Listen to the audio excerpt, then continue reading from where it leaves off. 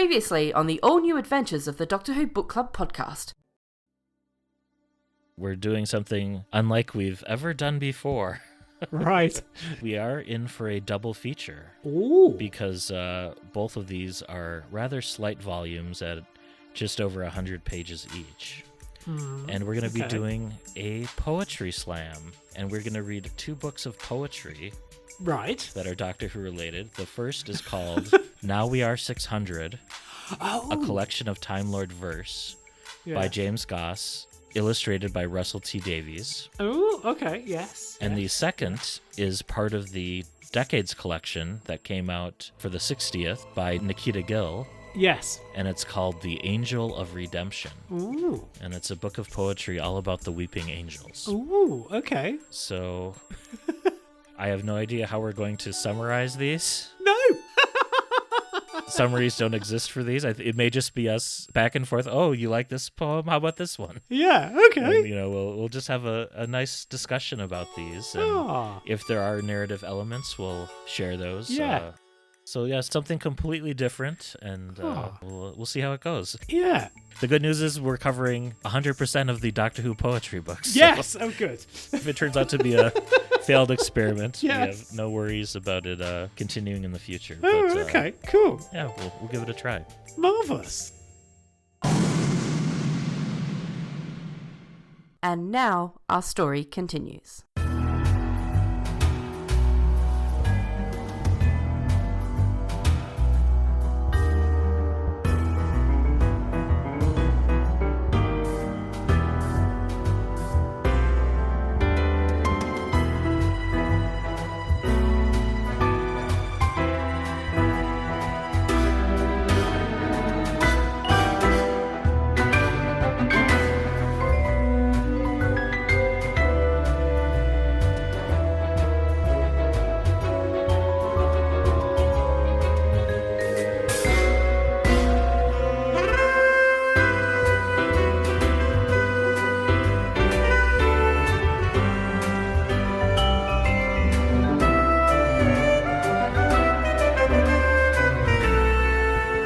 Welcome, everyone, to the all-new adventures of the Doctor Who Book Club podcast. This is Matt in Minnesota. Chris in South London. Chris, it appears the TARDIS has dropped us off in some sort of 1950s beatnik poetry lounge.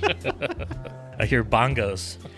Yes, indeed. For today, dear listener, we are doing 100% of the officially licensed Doctor Who poetry books, unless you know different. 100% and then some. Yes. It's a bit of a poetry slam this month. It is. We are reviewing Now We Are 600 by James Goss. Yes. And The Angel of Redemption by Nikita Gill. Yes. But we've also had some exciting news in the Doctor Who world. We've gone from 97 to 95 missing episodes. Yes. With the discovery of The Nightmare Begins and Devil's Planet, episodes 1 and 3 of the Daleks' Master Plan. And dear listener, you'll have had chance to see them by the time when this reaches your ears. However, we have not as yet. Still about a week away. Yes. So we are looking forward to Easter. Easter, I think, is an appropriate time of year to be watching this resurrection of a Daleks episode or two. It can only be better than Legend of the Sea Devils. Oh, yes. The previous Easter special. But yeah, we're actually getting new Doctor Who in 2026 in a sense. So yes, well, and allegedly we still are getting that Christmas special unless it gets buffied.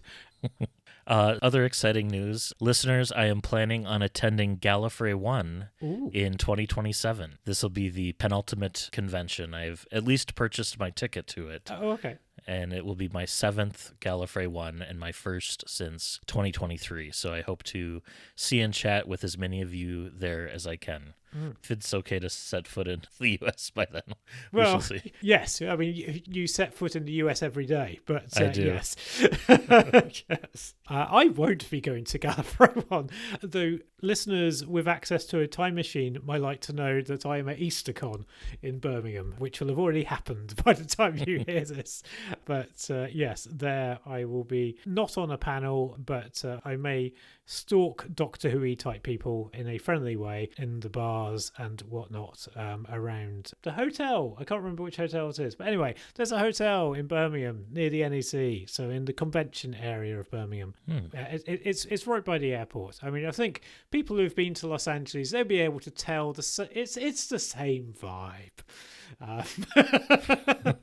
It's not. Well, maybe you can show an impromptu pull up the BBC iPlayer that weekend, assuming the... I have been suggesting on a Discord of note that maybe I arrange that and a park run, and thus far, no takers. However, I think I've got more chance of an impromptu iPlayer-a-thon somewhere in a hotel. There you go. Yes. And a little bit of book news to share. The Target novelizations of Aliens of London and World War III, Time of the Angels and Flesh and Stone, and Impossible Planet and Satan Pit are now in stores, so do check them out. Cool. And I think that brings us to show and tell. And Chris, you are first. Yes. So I am bringing a podcast called Scarred for Life. So Scarred for Life is a kind of like an interview podcast where the host and his producer interview people about what has scarred them in their childhood. So it's like a horror type thing, as opposed to, they grew up in a very traumatic place. So there are various top-notch comedians. There is also Mark Morris, Gary Russell, Sophie Aldred, Michelle Gomez, Toby Haydock.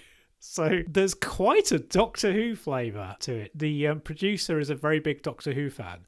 So you get quite a few interesting insights into the writing process and a few things like, for example, Mark Morris is big into horror. Gary Russell is not. Really. I think you can probably guess that from their books. Mark Gatiss has been on. His is quite sinister. So, really interesting series of listens. And there's a variety of folk, both Doctor Who and also people that are kind of like known in the UK and abroad. Some people, for example, Lauren, my other half, who did not grow up in the UK, say, well, I don't want to listen to this because it's all about people who grew up in the UK. And it's not, because they have people like Grady Hendrix, who doesn't have a Doctor Who connection, but is a very cool horror writer from South Carolina, which is not in the UK. Also as well, Dom Jolly, who is British Lebanese, and so he has, shall we say, some interesting influences. So it's a great listen. So Scarred for Life. I would thoroughly recommend. The host is not a Doctor Who fan, but he has obviously done quite a bit of research and is able to ask interesting questions, but he lets his producer chime in with quite a bit of Doctor Who flavoured content. And the host is broadcaster in the UK who does like a drive time show, Andy Bush. So it's this odd thing of, it's not quite a smashy and nicey type DJ, but he is very much radio DJ, but also is quite practiced at doing interviews. And he's been doing interviews for drive time type things for decades. And so, I think it's really good. Really good. And also the theme tune is particularly scary. If I had to point to a handful of things in childhood from mass media that scared me, I would say the Librarian in Ghostbusters, Large Marge from Pee-wee's Big Adventure, and the robot at the end of Superman 3. Oh, okay. I think I would go for Superman 3 when Richard Pryor gets turned into the computer. I remember I found that quite scary. Or it was the Sister Vera. Was it? Oh, yeah. Okay. Well, anyway, I just remember things being quite scary around that. Who, funnily enough, that actor redubbed all of Sarah Douglas's lines from the first two Superman movies. Oh, okay. Interesting. But also, as well, in the Muppet movie, the first and probably best one, when Animal gets very, very large right at the end, I used to find that terrifying. And my mum had to say, look, he's supposed to be there to scare the baddies. He's not supposed to be scaring you. Yeah, in that movie, I would point to the commercial about frog legs and how sinister that was. Yes, with Kermit too, but yeah. Yes. But some of the Scarred for Life things are also just like personal recollections of things in their neighbourhood and stuff. Some people lived in some quite strange neighbourhoods in the north of England. Yeah. So there we go, Scarred for Life. How about you, Matt? Well, Chris, before we get to our poetry books, it's not a true poetry slam Uh-oh. unless we contribute something. Oh, gosh. Right. So it's time for my poetry debut. Oh, wow. And my show and tell, as Neil Patrick Harris would say, the worldwide premiere. And so I've shared my theory on the show before about why the Doctor, specifically the Eighth Doctor, claims to be half human. But this is my poetry version of it. And it's 15 stanzas long. Okay. And they're quatrains. Okay, cool. So settle in. Right, okay. Hopefully not Vogon poetry, but you can be the judge. All right, Chris, this is called Puccini's Lament. Oh, okay. In the quiet hum between heartbeats and stars, where time rewrites itself in invisible scars, a story unfolds, not often retold, of heritage strange, a truth softly bold. The seventh once wandered, clever and worn, a chessmaster mind in question mark form. Fate intervened as it so tends to do. A transfusion was given, human blood flowing through. Not Gallifrey and holy, not purely Time Lord, a ripple began, subtle, ignored. Two streams intermingled in vascular thread, whispers of change in the cells that it fed. Then came the moment, violent and bright, regeneration's fire on millennium's night. The body transformed as it had oft before, but this time a change one couldn't ignore. For carried within that molecular sea was something unexpected, a new alchemy, human inheritance, fleeting but real, now woven throughout this Time Lord's wheel. Thus rose the Eighth with a romantic grace, an old soul's wisdom cast in a Byronic face. Yet deep in his being, a curious claim, half human he whispered, though none knew his name. On his mother's side, or so he would say, a truth wrapped in riddles in the Doctor's own way. Perhaps in that jest, in that offhand remark, lay the echo of science, a biological spark. For lineage once altered may echo anew through a regeneration's unpredictable view. And the blood of a human, once fleetingly sparse, left its mark on a Time Lord's delicate hearts. Very good. And yes, Baby C, I am available should you wish to hire someone to pen your third poetry book. Yes. Cool. Do you have a poem to share, Chris? Perhaps an impromptu haiku? No, I mean, I've got a germ of an idea that I've had for years of doing like the Ballad of Colin Baker, because like that feels like that could be like a folk song about how things transpired there, and but I don't have anything kind of particular Doctor Who themed, I'm afraid. Well, now it's time for our first and last annual Poetry Slam. Yes. I do have a poem about angels, though. I'm just thinking that I actually wrote years ago. But anyway, if I can be bothered, I will find it later. Very good. Yes. So we're going to start with Now We Are 600. And this was written by James Goss and has illustrations by Russell T Davies. And it was published in hardcover with a dust jacket in September of 2017, which was during the gap between Series 10 and 11, between the 12th and 13th Doctor. And a paperback version was later published in June of 2021.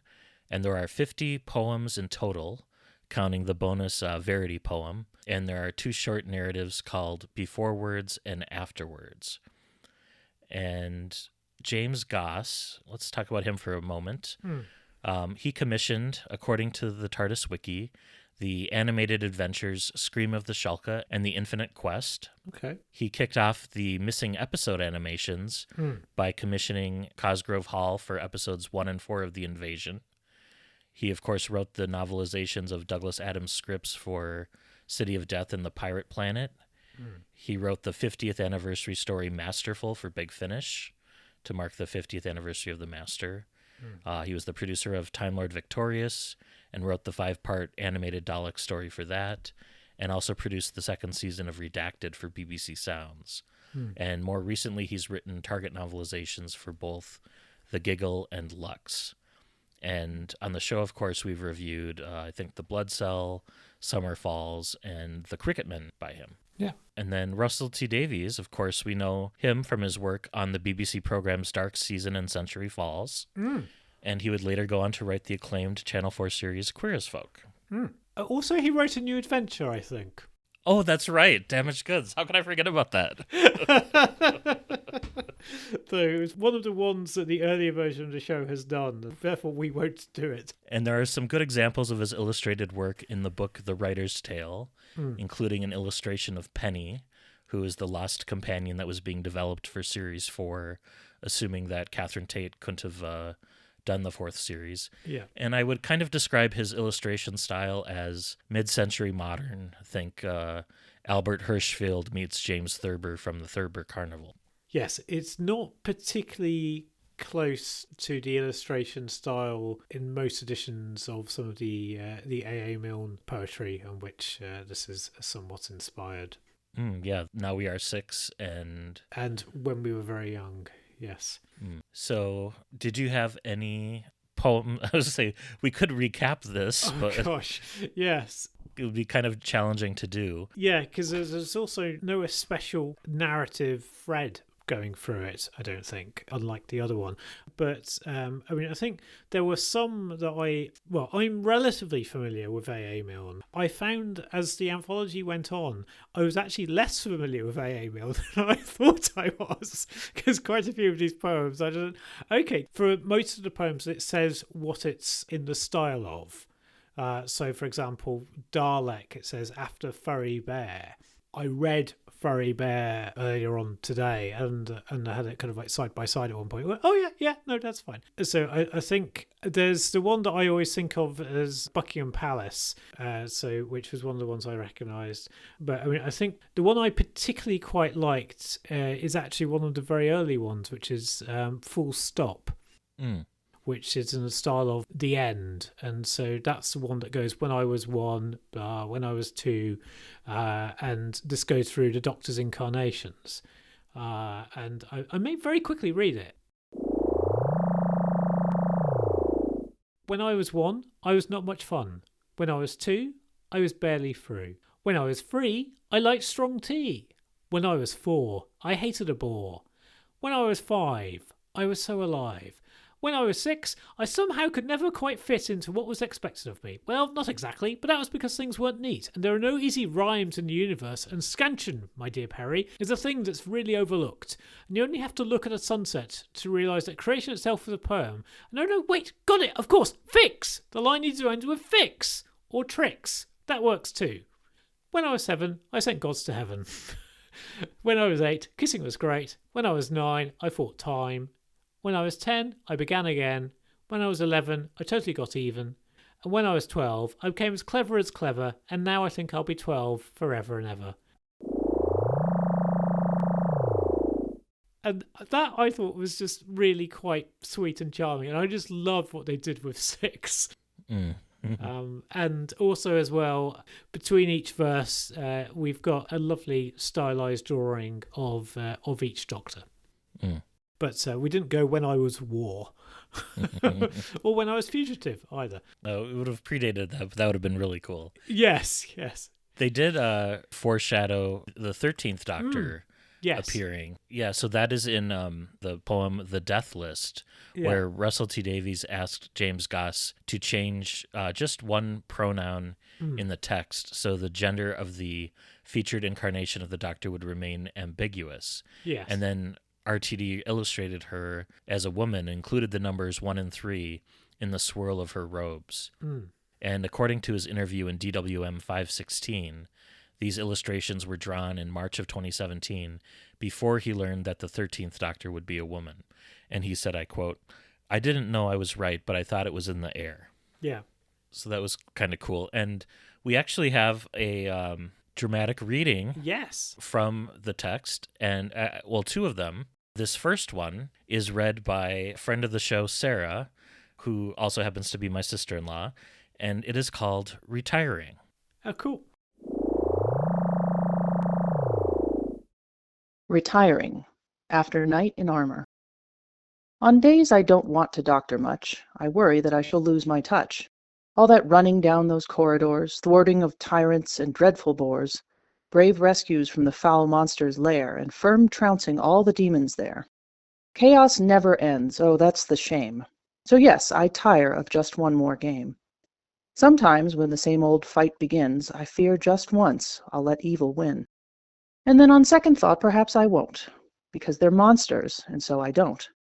On days like that, I don't think at all that being the Doctor's so bad after all. Thank you so much, Sarah, for reading that. And you can hear her children in some of our recent April Fool's episodes. Yes. Excellent. But yeah, that was a lovely one. That's about the Doctor wanting to hang up his... Yeah. There's a very good one about the Vale Yard called The Hard Stare. It says that halfway down the stairs is a man who shouldn't be. He whispers sometimes in my ears of death and lonely nighttime fears, and what one day he'll do to me. Yeah, that's quite sinister. Yeah. And the Master's beard, I would also say, is really quite good. And because each verse is shaped like a pointy beard. Yeah. Which... And it's got Missy holding a beard to her face, which is is pretty funny too. Yeah, Yes. The hard stare, you've got the alliteration with, staring at the individual as well. Yes. Hoping that you eventually don't become him, as you're passing them on a flight of stairs. And yes. the Toymaker one was another fun one that was page in a picture book that you forbade yourself to look at. Yeah. Even the plastic flowers and the Autons get their own lovely poem.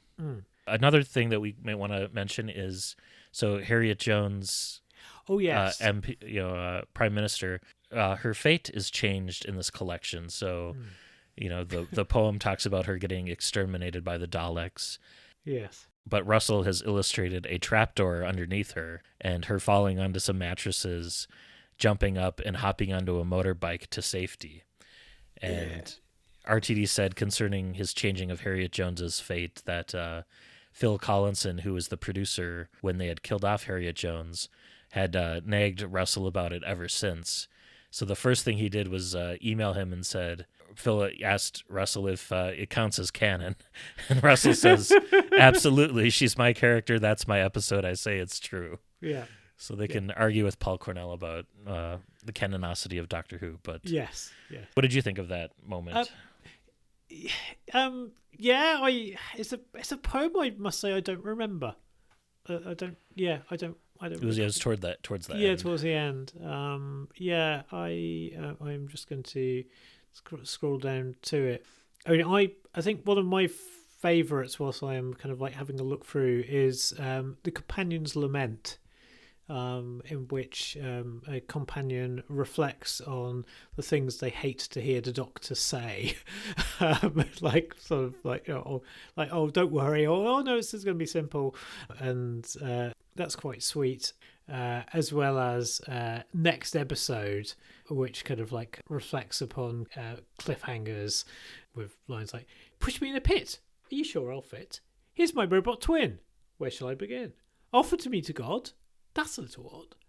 Throw me into space, I'll keep a straight face. So that is quite good. At the Harriet Jones one, I don't know. I think that was one of the ones that kind of like left me a little bit cold. And I certainly, when I saw that illustration, I didn't think that was canon. I mean, Well, Russell says it is. Russell says it is, yeah, fine.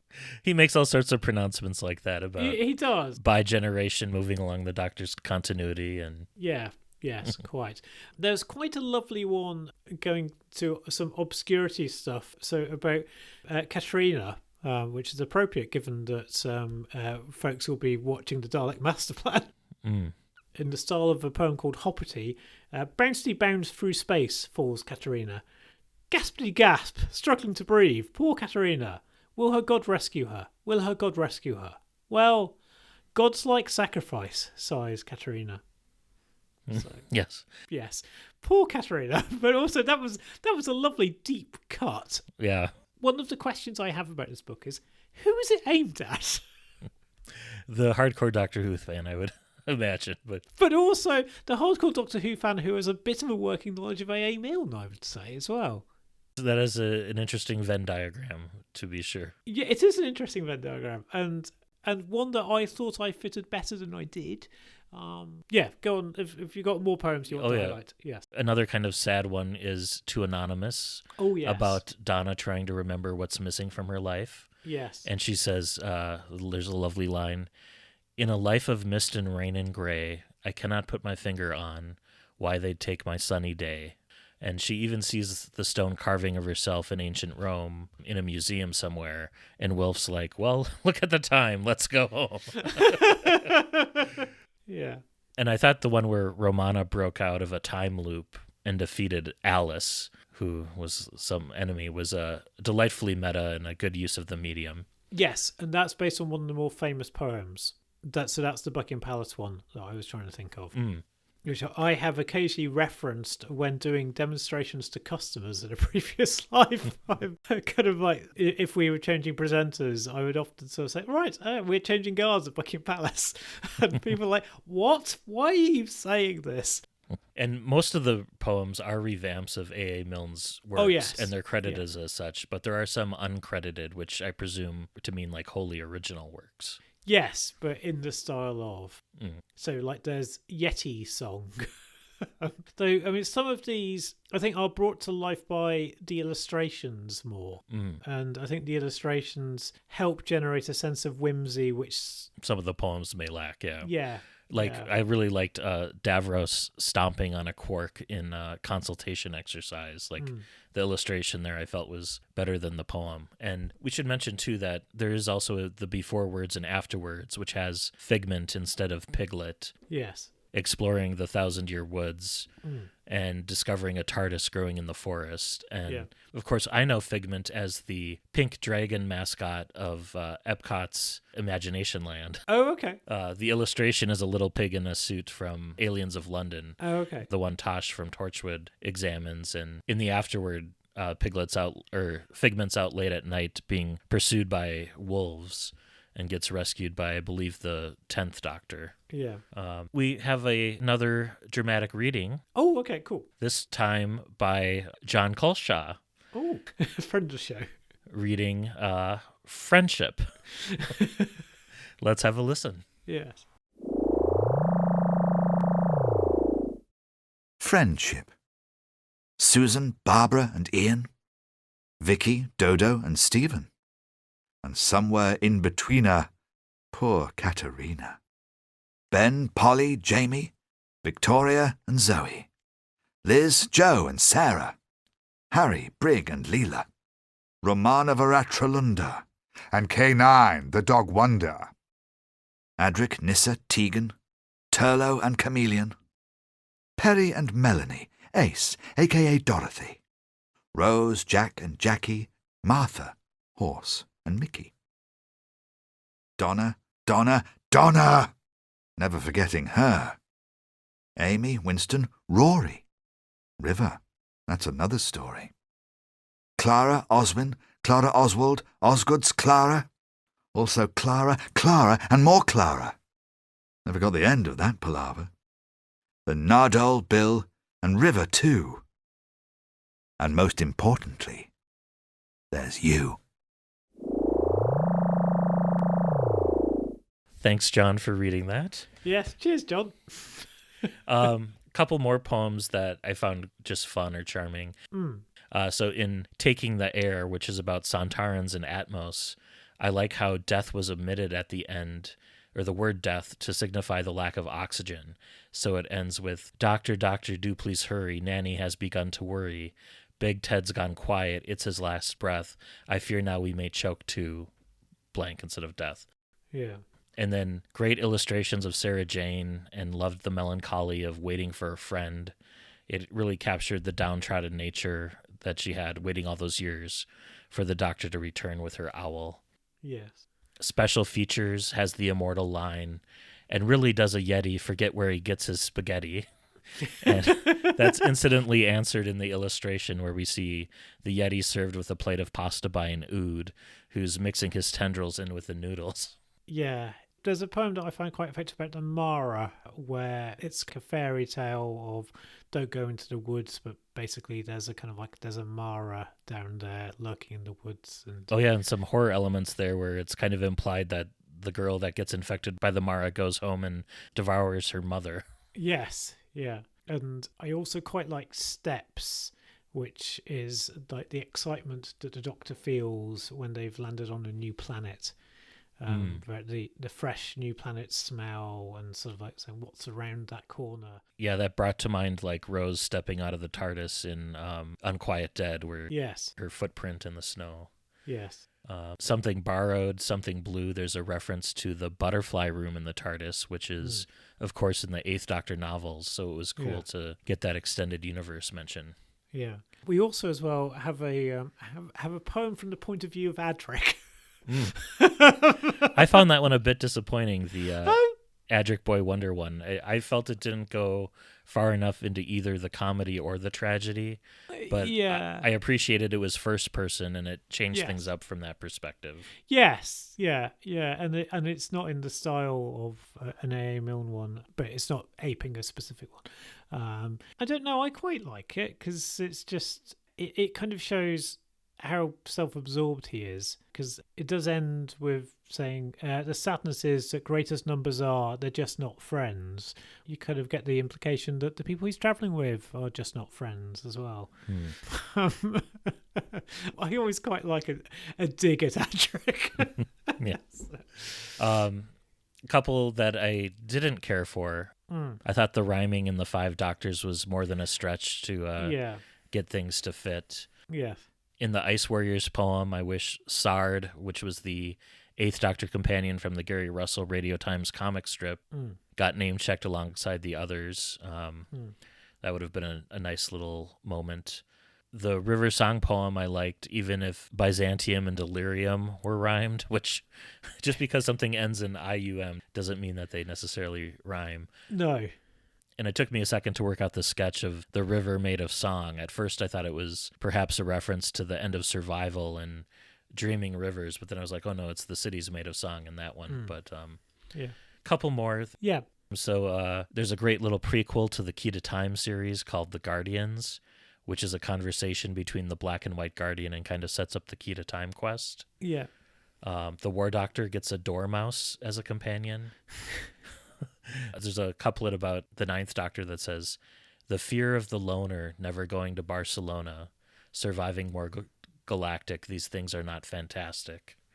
Even the poem about the Galactic Council in the Dalek Master Plan and the Christmas Tree Delegate gets his own little mention. Yes. There's also nods to some of the spin-off shows. So, for example, in the poem about Joe Grant, we get a reference to Santiago, her grandson, who later went on to be in Game of Thrones, who was in Sarah Jane Adventures. Yes. And was also in the dreadful Marvel Netflix series. Oh, yes, that's right. Iron Fist. Yes, that's it. I'm going to say, yes. Oh, that was awful. Even the Doctor's bow tie gets a poem. Yeah. There's a poem about Clara's class lamenting her absence as a teacher after she goes missing in a broom cupboard. Yeah. It does feel like there are seeds of RTD2 sprinkled in here, especially the 60th anniversary specials with Donna's missing memories and regret, the return of the toy maker, the Doctor contemplating retirement. Yeah. So how would you score this one?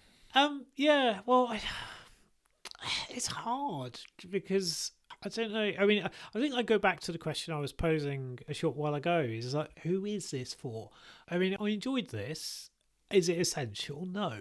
But also there are some times where I'm just like, I'm not quite sure what the point is, but maybe in a world of, ever increasing doom and gloom, it's nice to have something that is kind of like, for the most part, just fun and frivolous. But what would I give? I don't know. I mean, I can't give it too high a mark because I can't really recommend it to people unless I feel that they have a particular whimsical bent. I know people might say, "Oh, Doctor Who fans have that have a whimsical view," but you have to really, in some places, have a real whimsical view. I don't know. I think I will land upon a 6.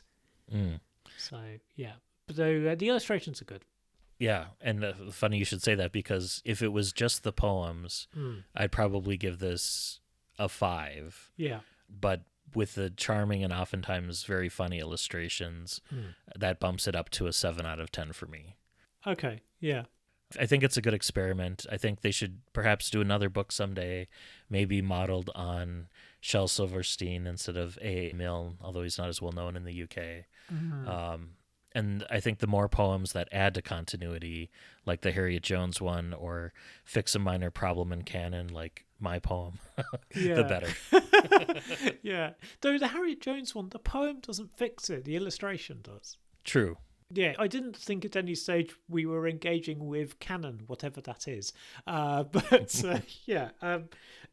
I think A.A. Milne was chosen because A.A. Milne is out of copyright. That's probably why. Which is also why we've had, in recent years, Winnie the Pooh horror movie type things.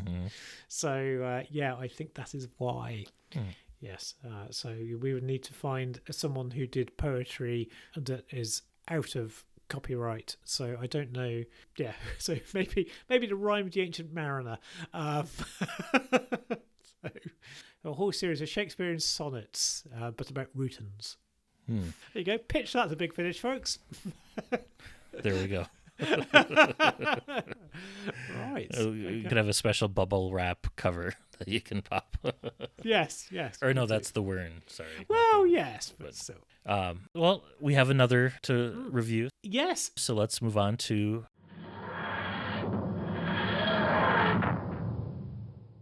The Angel of Redemption. Yes, by Nikita Gill.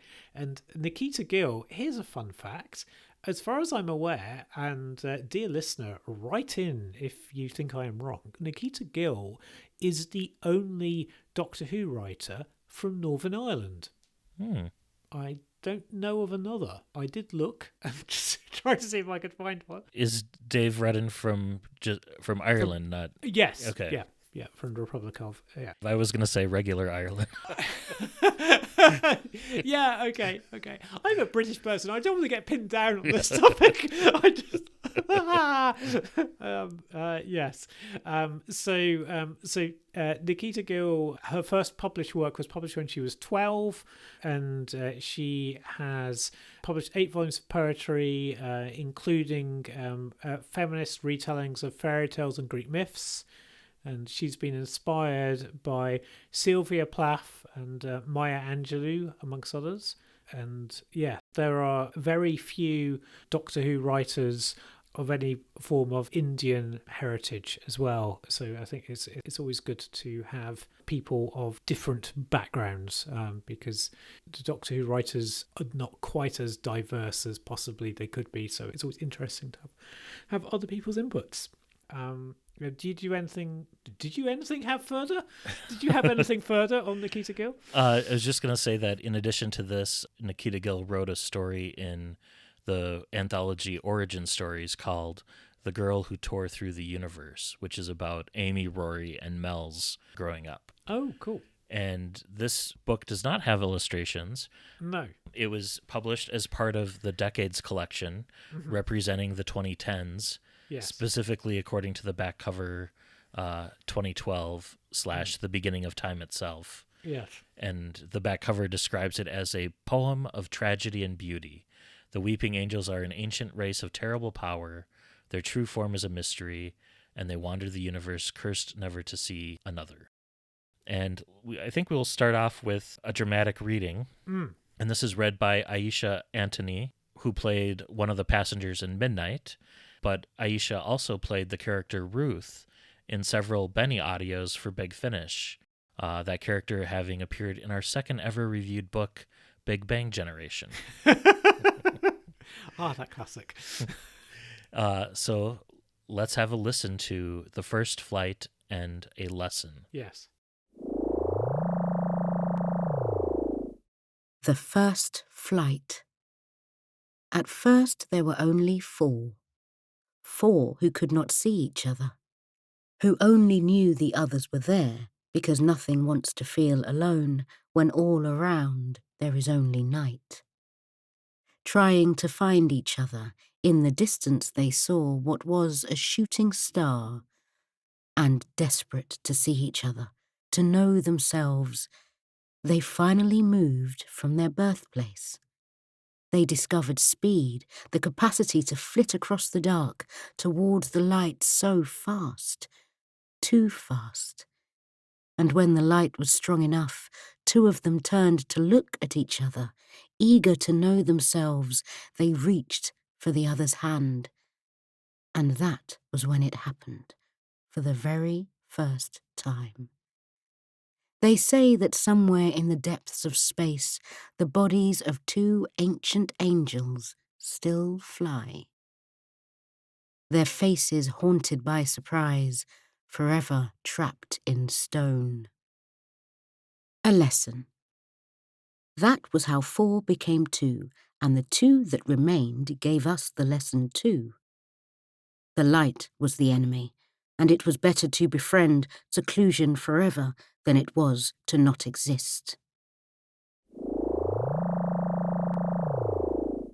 So those poems kind of describe how the Weeping Angels came to be, in that they originally started as 4 and then became 2. Yes, yeah. It has a slight quality of Paradise Lost by Milton, which begins with speaking about how Lucifer falls. I read the opening parts of that as part of my English literature at school, and certainly I was kind of getting Paradise Lost vibes. I'm sure that there are other vibes there from kind of like other sort of like epic poetry, but certainly that was how that was chiming to me. And there was, in that general area, there was a lovely little poem called A Question for Posterity. What makes a monster? Hiding within the dark, a fear of starvation, or the echo of seclusion? Which I think also gives you a bit of a flavour as to what reading this is like. Mm-hmm. So so it's going to be a bit of a hard one because like we do eventually get onto a plot. But is there anything that you want to say about the kind of like the early history of the angels? No, I just thought it was interesting that it kind of started with the 4, and then 2 were kind of locked in, like looking at each other, and that's how the other 2 realized that they can't look at each other. Yeah. And they don't really have a history before that, so there isn't like a all the other angels derive from those remaining 2, so there's no like suggestion that the angels came about because of like the Time Lords cursing them, like we saw in the End of Time. It was kind of like they perhaps had their own separate origin, you know, from that. Very much does give it like a mythic quality of there being kind of there being kind of like the original 4, and then there being kind of like an original 2, and I can't quite put my finger on it, but it feels like a kind of like a mythological epic. And the tome is organized into 5 parts. So you have an Origin of Angels, which is the section we just talked about. Then it's a Choir of Angels. And the poem that ends that section is going to be our second of 2 dramatic readings from this. And it is the poem called And So We Follow Our Marked God. So let's have a listen. Yeah. And so we followed our marked God. Across time and galaxies to distant planets, meeting 1,000 species. And they had many names. Some have called them by an ancient sorcerer's name. Others have named them the Destroyer of Worlds, the Oncoming Storm. But the name we have liked best is the Predator. For that makes them just like us. This lonely god that calls themself the Doctor. Thank you, Aisha, for reading that. And I love the little phrase in there where they kind of go through the different names the Doctor has been called over time, Yes. including the Destroyer of Worlds and the Oncoming Storm. Yes. But the name that the angels like the best is the Predator, because that makes the lonely god just like us. Yes. Which was quite chilling. Yes. And then the remaining sections are called A Strange Angel, War of the Angels, and Aftermath. We also learned that angels have a hive mind, so to speak, and kind of sing in each other's thoughts. So having individual thoughts is a rarity. Yes. Yes, it did feel quite alien. But also, as well, I've recently been watching Pluribus, the Apple series that also features a hive mind of sorts. And and it felt quite... I wouldn't say similar. I mean, I don't think that Vince Gilligan has been reading Doctor Who long form poetry, but I felt a resonance. We also learned that angels think that they're immortal and that they will be able to look upon each other after they feed on the golden blood of a god, which accentuates kind of the vampiric connection to the old times. Yes. It doesn't come out right out and say like they're related to the great vampires, but perhaps they were born of similar stuff. But also it feeds into that mythic quality that to be safe they must feed on a god, they must kill a god. And so you do have that sort of almost like classical epic. And I feel slightly bad to know I'm reaching back to Greco-Roman examples, because I'm sure that there will be other relevant ones in other mythologies. Those are ones that I'm less familiar with. And we also learned that the angels send spies out to different planets, and one landed on Earth. And this is before they took on stone form, and a stone carver was infected by the angel, who then made the first ever weeping angel statue. Yes. And so we learn that they have a bit of an origin tied to Earth, but that they were also present on Gallifrey and are watching a young Doctor and lure him to a cave where they are able to mark the Doctor so that they can follow him, almost like the corner of like dust in the Doctor's eye type deal.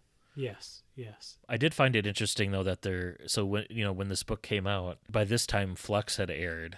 And it had been like a year on from the events of Flux, and then you had the year of Jodie's final specials. It would have been nice if there were maybe some foreshadow. I know this takes place with like the 11th Doctor, but, mention of maybe a group of angels breaking off and working for division, or just descriptions of some of the powers we see in Village of the Angels, I thought would have been kind of cool. But so... I can also see that. I mean, I don't know what the lead time would have been for this. That also when you're dealing with an author who is kind of like an acclaimed author, I think you just let them go and create their own bit of the universe.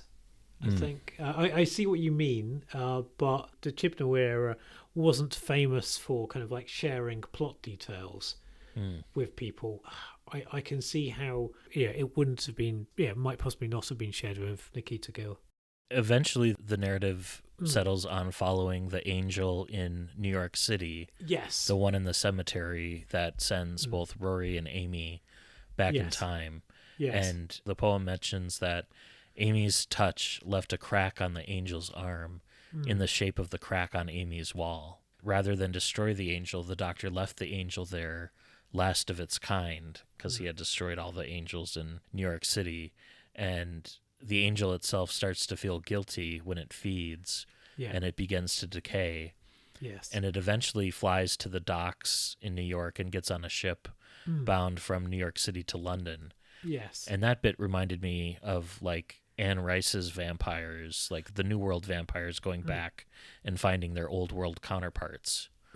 Well, and also like Dracula himself, he finds himself in the docks and then goes to transatlantic.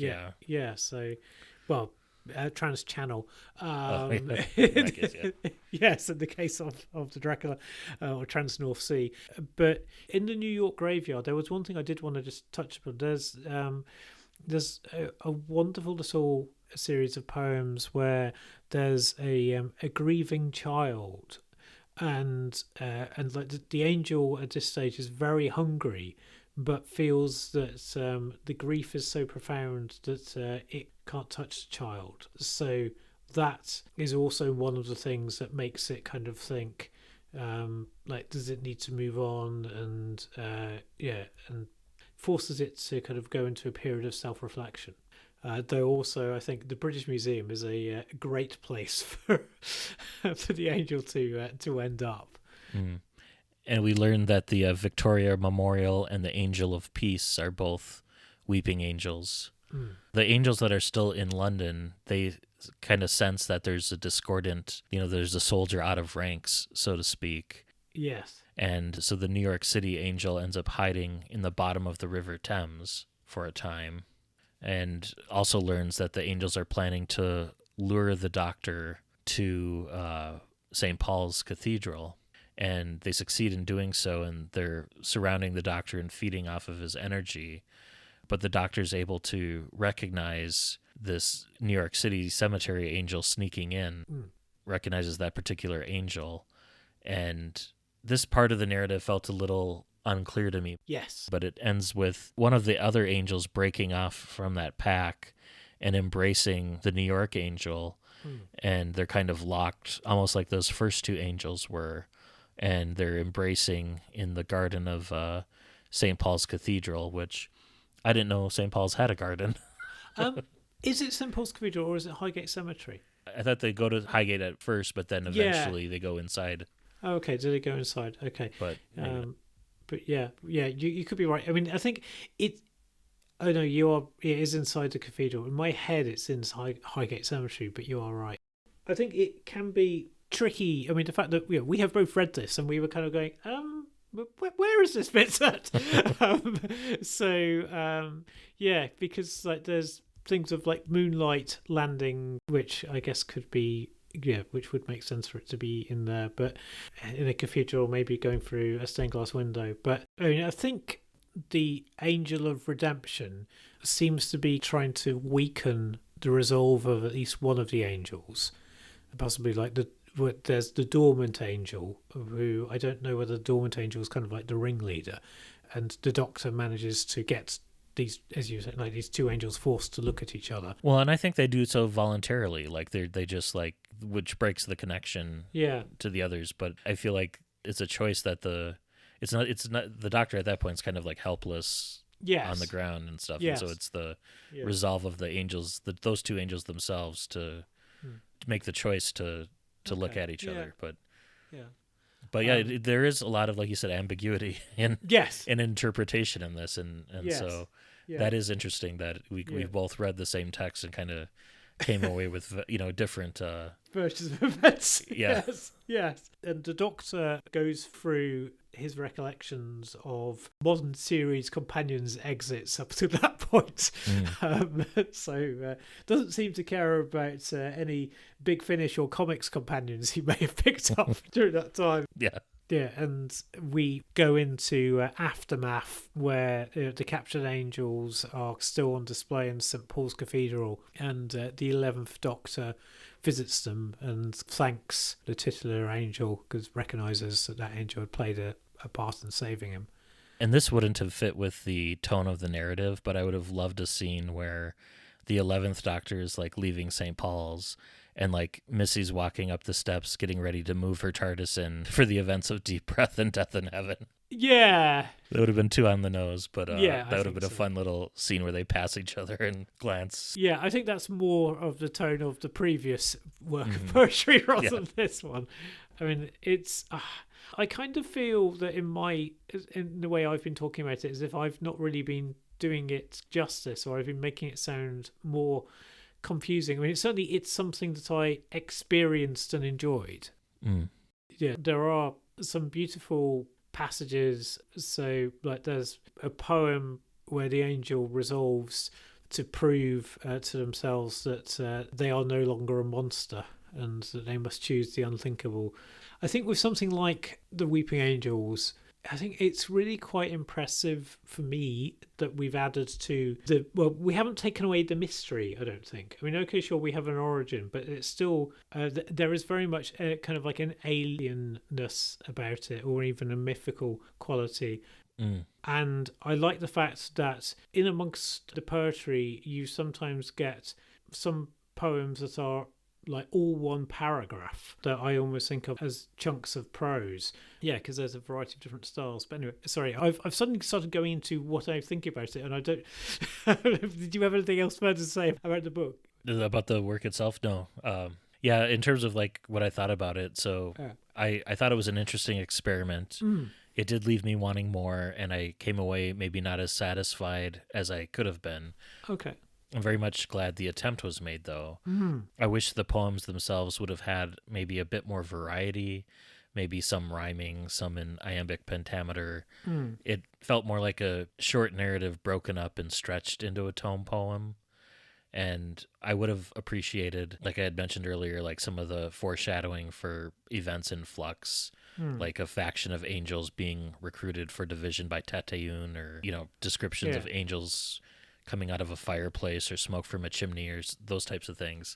I also felt it could have been a bit longer as well, because there's several pages where there's just one or two lines of text on a page, just to match the length of the other novellas included in the Decades collection for the 60th. Okay. But I do appreciate the attempt and the swing. Yes. So I'm going to give this one a 6 out of 10. Okay. That's interesting, because I read this on an ebook, so I didn't have as much of the kind of like the big space issue that I think you would have had on the printed form. And so I didn't have a sense of kind of smallness. And I think there's some poems that are in the forms of almost like bullet points. So you've got How to Help a Dying God. So like you see the 6 stages. I didn't feel a sameness. It would have been possibly tricky, I think, maybe. I mean, yes, sure, we could have done some stuff with iambic pentameter, and there might be that there are some poetry styles in here that I just don't recognise. But yeah, I really enjoyed it. I was impressed, and as you were saying, it's a big swing. I mean, doing a book of poetry. I mean, I think I remember at the time when it was announced, I went, "Oh, okay." Yeah, and I think Nikita Gill, I'm certainly very interested to read any more of her work. I think I'm going to give this a 9. Oh, wow. I thought it was, yeah. I mean, I don't know if I necessarily want to read a lot more Doctor Who poetry, but I mean, certainly, I think I'd be more in the market for this than more of Now When We're 600. Yeah, I would say. Or Now We Are 600. Because I think here, this is a story that can only be told in this format, I think. And okay, sure, as well, from a value for money point of view, I mean, assuming it's the same price as the other entries in this particular range, you might feel possibly maybe a little bit cheated. However, I think it's evocative, and like it will stay with me a lot more than I think if it was a kind of like a short story just telling it from the point of view of the angel. So yeah, I thought it was really good, and having said, I don't know if I necessarily want to have more. I mean, if Nikita Gill wants to have another try, then yeah, I'd be very interested. But and it's always good when we have a range of opinions on the show too. Yeah. Well, I mean, I don't think you hated it. Oh no, I enjoyed it, but of the two, I guess the illustrations and the whimsy of the first title, resonated more with me. Yeah, whereas this absorbed me more. But also as well, I think possibly having read Now We Are 600, I was itching for something with a plot or something with a narrative, and you just get this epic scale on here, I would say. So yeah, excellent. Cool. Well, that is 100% of Doctor Who's output of poetry to date. As far as we are aware. Yeah. We survived a poetry slam, indeed, and it wasn't Vogue on poetry. Yes. Shall we move on to listener feedback? Yes, let's. Listen. All right, listeners, you can send us a note at andwbcpodcast@gmail.com. You can leave us a rating or review on your podcatcher of choice. And it looks like we've got some comments from social media. Okay. Wolfman Jack says they're a longtime Professor Bernice Summerfield fan Aha. and can't wait for our Medusa Effect episode. They describe the novel as The Shining meets Event Horizon with Teletubbies. What an excellent description. Deeply uneven, but really hard not to enjoy time with Benny. Yes. He also says the synthetic bodies reminded him of the gangers from the Rebel Flesh. He loved Scott Lloyd, and it's good to know that ice warriors can enjoy tea. And he also said that the quote, "Without a cause, a just cause, war is but murder writ large," hits a little too hard and close to home for him. And yeah, we called that out as well in the story. But yeah, it was a fun Benny adventure that I enjoyed even more than Chris did. Yes. We've also heard from Not the Valyard yet again. Oh no. Who says that he noticed that we've survived Ms. Gray's Monsters on the Medusa, and once more we refuse to die and give him control of the podcast. And very well, as I read these words, Artron energy is already filling every cell of our bodies. Shortly we will both regenerate into David Tennant. And at first, our charming, manic disposition will doubtlessly delight our audience, but soon even they will grow weary of the two or one of you and yearn for real change and something new. And so we are doomed. And he also wishes us a lovely weekend. Oh, gosh. And finally, we heard from Keith Say, who thanks us for the podcast. Ah, cool. And when we mentioned how much the physical print version of the Medusa Effect is worth, he ran over to his shelf to check to see if he owned it, but he sadly did not. Yes. And keep in mind, that's only what people are wanting to sell it for, not what it necessarily will go for. Yes, exactly. That's always the way with these things. Yes. Well, Chris, we survived our poetry slam. What do you have in store for us next month? So I was thinking, because by the time this reaches your ears, dear listener, Yanto's shrine will have been taken down. I felt that we ought to spend some time reflecting on this in Cardiff with Torchwood. So we are going to be reading Trace Memory by David Llewellyn. And I don't know if we've done any works of David before. I don't think we have, though you'll be interested to know that David has written for Dark Shadows. Ooh. On audio. So, yes. I did go for one that seemed to be readily available. So, yeah, and there are some that are set in the immediate run-up to Miracle Day, and I think possibly in the aftermath of. And I'm like, yeah, but maybe reading that might mean having to actually finish watching Miracle Day, which I don't know if there's enough life, but it is not.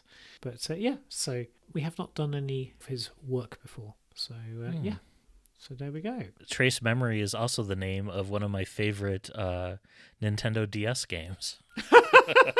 Right. Okay. From 2005. It's a point-and-click adventure, also known as Another Code to Memories. Okay, right. Okay, well, this was in 2008, so maybe it's a homage. I will call it out if it is. Yes. All right, well, until next month with Torchwood and Trace Memory, we have... this has been Matt in Minnesota. Yes. Have you been watching Pluribus? That features a lot of people saying "we" in strange places. Yes, and we have been Chris and Sevon. Happy reading, and please, please, please stay safe.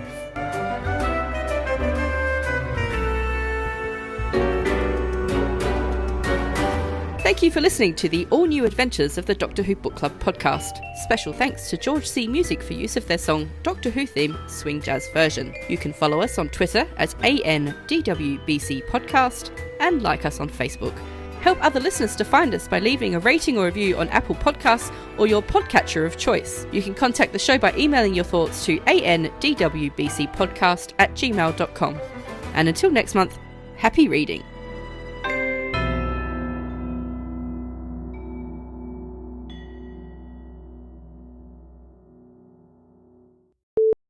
I feel I ought to warn you, Doctor, that there's grave danger of myocardial infarction, not to speak of pulmonary embolism. Yes, I should. Mother, Mother, I feel sick. Send for the doctor. Quick, quick, quick. Mother, dear, shall I die? Yes, my darling, by and by. 1, 2, 3, 4. Amy, what is it? Something old, something new, something borrowed, something blue.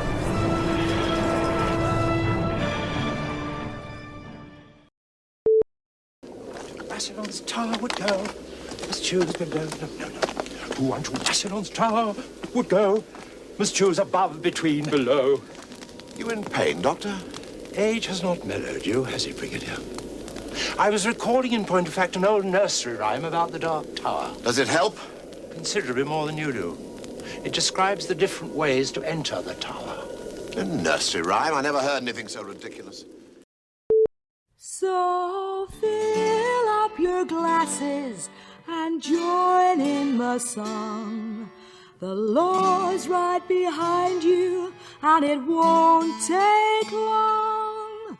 So come, you coyotes, and howl at the moon, till there's blood upon the sawdust in the Last Chance Saloon.